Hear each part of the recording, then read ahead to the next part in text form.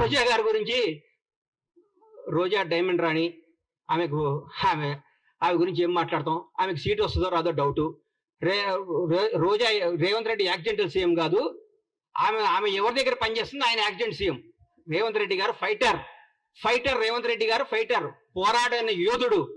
భారతదేశంలో ఇట్లాంటి యోధులు చాలా తక్కువ మంది ఉంటారు. ఈయన యోధుడు, ఈయన పోరాడి కష్ట. సిఎంఆర్ షాపింగ్ మాల్ మన హైట్ నగర్ లో భాగ్యలత కమాన్ పక్కన ఫిబ్రవరి 29న ప్రముఖ సినీ తారలచే గొప్ప ప్రారంభం.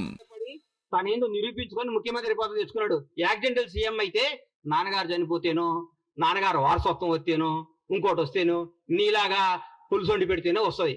నువ్వు పులుసు వండి పెట్టావు కాబట్టి నువ్వు పులుసు పాపవు. నువ్వు వదిలే. నువ్వు రేపో మాపో మాజీ అవుతావు.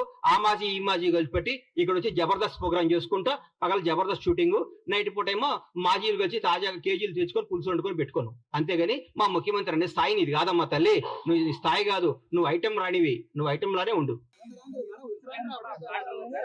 కాంగ్రెస్ వాళ్ళకి ఏంటి మేడం, బండ్ల గణేష్ కూడా వ్యాఖ్యలు చేస్తూ ఉన్నారు. ఎవరతను ఎవరో 7 o'clock బ్లేడ్ తో కోసుకొని చచ్చిపోతానన్నాడు ఆయనేనా? ఏం చెప్తాం వాళ్ళ గురించి. కానీ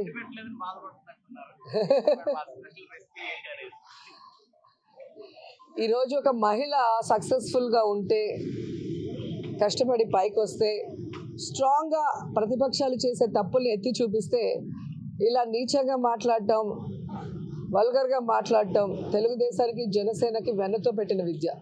సో మహిళలు అందుకే వాళ్ళని అసహించుకున్నారు అనేది కూడా మీరు గమనించాల్సిన విషయం.